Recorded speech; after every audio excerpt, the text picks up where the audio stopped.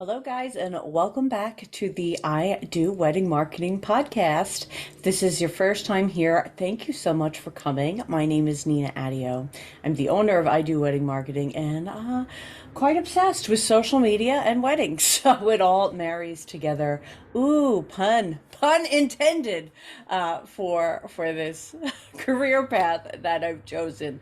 So if you have been following me on Instagram already, that's at I Do Wedding Marketing, you'd notice that the past month I have been all over your feed 3 times a day, with 75% of that being reels. Probably more than that because it got to a point where reels became easier to do, and I want to tell you about why I did this, and then we're going to go over the numbers for it. So I decided to do this. I was inspired by an episode of Rachel Pedersen's podcast, and I can link that in the show notes.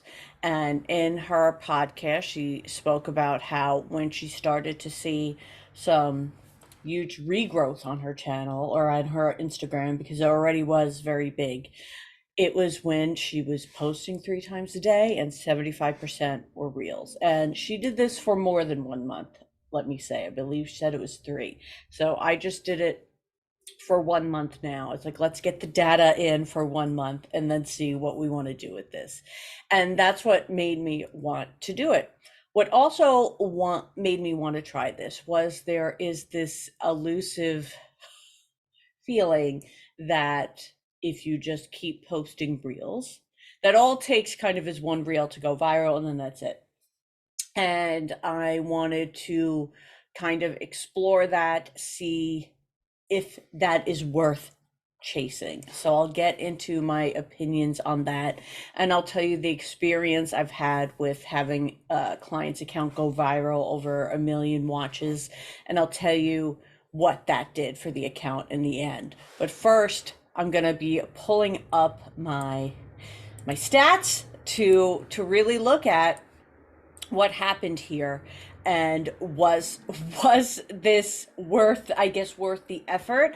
I did do a podcast episode already on short vertical video content in a snap, so I'm not going to get into the tips and tricks of how I made this happen quickly for me, or how I was able to keep up with it. As a social media manager, creating the content can become somewhat, I don't want to say easy, but not as long as it may take someone else. The biggest time constraint was having other clients to be focusing on at the same time. So I would average it to a minimum of 20 minutes a day, or even 20 minutes per reel, I hate to say, but some were a lot quicker than others, and I'd be batching those and doing a bunch in that 20-minute session. And then others from start to finish, realistically, can take about 20 minutes. So it is what it is. But the first thing, and probably the most disappointing, was followers. It didn't even increase followers by 100. That still was a big growth rate. I'm looking at stats through Later, which is my scheduling app of choice, but let me pull them up through the app itself, because sometimes those can be a little more detailed. But yeah, so my followers only grew at 1.6%, and that's less than 100 followers. I do feel that posting so much caused people who weren't engaged or interested to start to unfollow. And I will say, on Rachel's podcast, she did predict that where you were going to see the differences first were in your reach. And that I did see. So impressions, um, I'm viewing at like the month altogether rather than the month ahead of time. So just give me a moment to pull everything up to where it was at. Do, do, do. So impressions percentage wise went up 122%. And that's pulling in all of your monthly averages. But let's just say in October, a low impression day would be 1,043 impressions total. And now it was bringing it up to 8,000 impressions total. And I'm not someone with a huge follower count, so I just, for context, my followers right now are at 3,400. So I just want you to know this isn't this is doing it with a healthy account, right? I'm posting to it regularly. I sell on it, but it's not by any means a viral account. So you're not going to be getting probably the type of numbers that you think when you hear a social media manager, but that's because I kind of use the same marketing styles that I approach for my clients. My clients are wedding industry professionals looking for people in a very specific area at a very specific time of life. I'm looking for clients who are very specific as well. So I'm not necessarily going for that viral reach outside of, this project. So speaking of reach, our reach was, drum roll please. I mean, we reached, wow, 198% more non-followers than usual. So it says we reached, out of our 1,100 reached, that 9,500 were non-followers and 1,342 were. So that's just like a third of my followers when you kind of view it that way.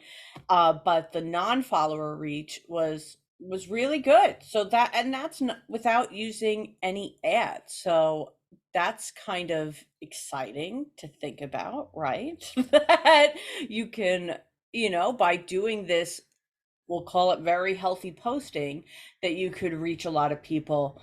And let's say if you don't have the money for ads, though ads may save you a lot of time, so don't rule out ads, but you could do this and to increase your leads. And then so my profile views, I want to see what they were before this, because at the highest date we're seeing about 63 profile views, 719 in total. When I started this, it was, at 11. And website clicks. So in total of the month, I had 43 website clicks. If this was for a client, I'd want to see that number a lot higher, because a lot of their sales funnel is directly to the website. I don't do sales. For myself, I don't, that's a fine number. I did see, because this is really what I wanted to get into. These are all the Instagram specific metrics. But where I saw differences was in my course sales, and I saw differences in my podcast downloads, and I saw the difference in things that you may not see. That's where I really started to see, wow, people are noticing, people are getting impact, people are getting, buzz. So now I want to go into the type of content I was posting and kind of get a feel as to what performed best. And for the purpose of this, I will say the best performance, we're going to use the metric. We could use reach or engagement. So let's see, because it is very different, the posts who had the most engagement and the posts who had the most reach. So let's go into both, shall we? So I did the reels. They were either I made them on Canva, I made them in the app, or I did it through CapCut. And having the 3 different methods of reels creations helped to make it less overwhelming for me and to try different things. The 2 with the most reach were done on Canva. Very, very interesting. The one with the most reach was a TCM, Turner Classic Movies, video clip of Marilyn Monroe and another actress. I don't know her name. They were walking out, and the way they were walking, I was like, that's how I used to walk when I was a single bridesmaid and I was trying to get some attention. So I did a post about that, and that was the highest reach. And the second highest reach was about how people will copycat your services, but they can't copy you. So, don't let it bother you.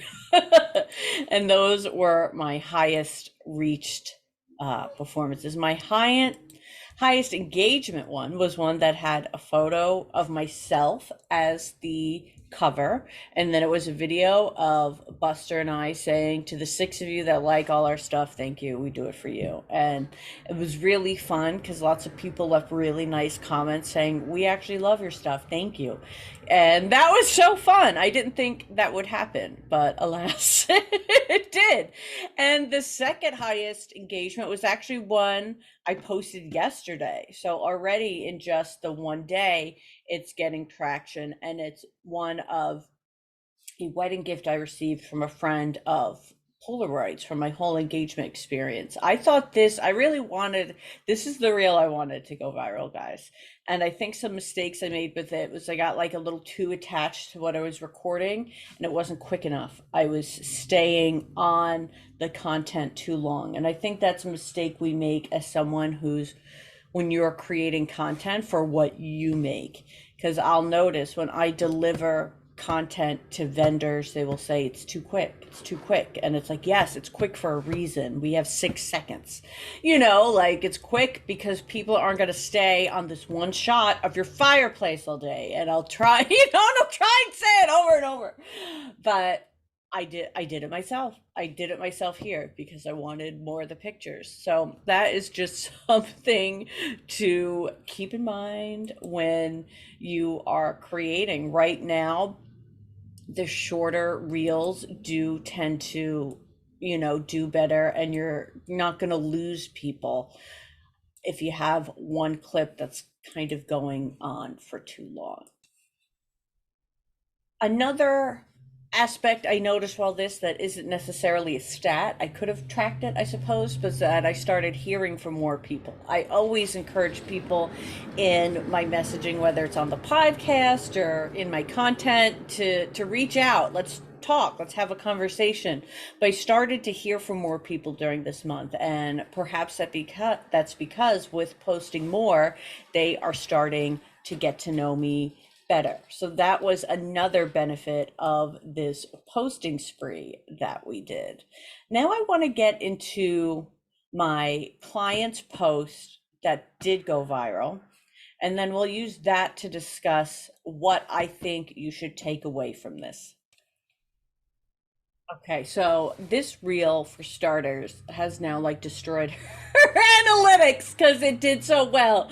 And you know, not every post is going to do that, even after. Nothing has, kept up the momentum for it. It's for a wedding planner, and it was a meme style reel that I made on CapCut. So it didn't use trending music, it just used the trending audio that was attached to the GIF, if you will, the clip, and it was pulled from CapCut. But I would not consider this a trending audio. It has over 1.9 million plays, over 37,000 shares, and over 8,000 saves. And hey, that's great, but um, you know what? What didn't happen was it didn't explode her account. She is still at 2,700 followers, which is great, and it's a great number for her. But this was a meme style post, and we do these meme style posts about wedding planning. We do these regularly, but it is not solely an account for that. And that's why I think this didn't lead to manic followers or anything like that. Let me pull up some more information here. Okay, so I'm pulling up some further data because her account did grow by 200 followers, which is fantastic, right? Because, like I said, this is a hyper local account, but that is by no means, I think, the expectation we put on for a viral reel, and it was great for her reach during that time that it was going nuts. We see the graphs go super high, and then they did dip, and unfortunately, even though this was a meme about wedding planning, the website clicks it brought within that first week was 14 website clicks. And that's always the hardest analytic to get, because I know 14 sounds really low. And on average in a week, let's say she's getting 5 website clicks directly. And that's a very honest figure that I'm giving you, that I'm almost like not comfortable even giving, but that's because that is without ads. Okay, that is the hardest stat to get, because you are not only stopping someone in their scroll, you're getting them to go to their profile. So that's stop number 2. And then you're getting them to like what they see in your profile so much that they're clicking your website. So that's why her having 5 a week, I'm really happy with as a normal number. So her getting 14 the week of the reel was really fantastic. But unfortunately, that momentum didn't stay even as the reel has continued to grow. So on average, let's say in a week, she's getting 400 profile views. That's more than doubled on the weeks where the reel was taking off. So that was really great as well. But I think because the account wasn't heavy in these other meme style reels, or the type of reel that did go viral, that's why we didn't see the profile views translate as much into the follows and website clicks. So that was my analysis of of the viral reel. But now what we're going to discuss is, do I recommend that clients post 3 times a day? Would I offer this in my packages? No, no. I think the posting frequency just helps. I broke down what it helped with, right? I think a big reason why so many people want to do it is because it increases the odds that you're going to have this unicorn of a viral reel that's going to change your life. And that can happen. And I've chatted with people who've had it happen, and it also, it's a great thing, and it can be really great for your account. However, your account can still do what we're designing it to do without going viral. And like I mentioned, it's getting those 14 website clicks, it's getting people to stop the scroll to go to your website, it's getting people to start to have conversations with you and message you. So I would say, if I were to do this strategy, and your typical, not typical, but other marketing people might hate this idea because it's not consistent, the advice I'm about to give you. But for me, knowing I was doing it just for a month, I was like, look, I can do anything just for a month. All right, it's just for a month. And it was a fun time of year to do it because it's engagement season, and I didn't mind it. And I know that next month's analytics, or whenever I stop posting every day, they're going to take a dip. But I enjoy doing it for that time when I'm trying to create buzz. So let's say around Valentine's Day, you want to create buzz, or in the summer when you're busy with weddings, whatever that time is going to be. I think, this is me being honest, not being a marketer bro. I think it is fine to do it. I think it's a great idea to do it, and to have your social media be a part of your campaign. So when you're campaigning something for a promotion, special menu, a special package, a special offer, maybe you're unveiling a new photo booth or new rentals to your line, whatever it is, having your social media be part of the campaign too, I think is really, really exciting. And it actually ties into next week's guest, because next week on the podcast, I'm having Whitney Hodges from Wedding Industry Ads. She's one half of the Wedding Industry Ads powerhouse, and she's going to be talking about using your organic content, the content you've already created, and using that to create an evergreen ad strategy. So using all this content that you've done on your own, going into those analytics and determining what's going to work best for an evergreen ad strategy, what that is, and how to do it. So that's going to be next week on the I Do Wedding Marketing podcast. We are on YouTube now. Some people, hey, everyone prefers to listen to their podcasts differently. Some, I can't believe it. Latasha James says if a podcast isn't on YouTube, she won't listen to it. So I was like, dang. So now we're uploading everything to YouTube. So that will be fun. And you can start to listen to episodes now on YouTube. So that's really great. I listen to them on Apple Podcasts. You guys want to let me know what's your preferred method. And I will see you guys next week with Whitney on the I Do Wedding Marketing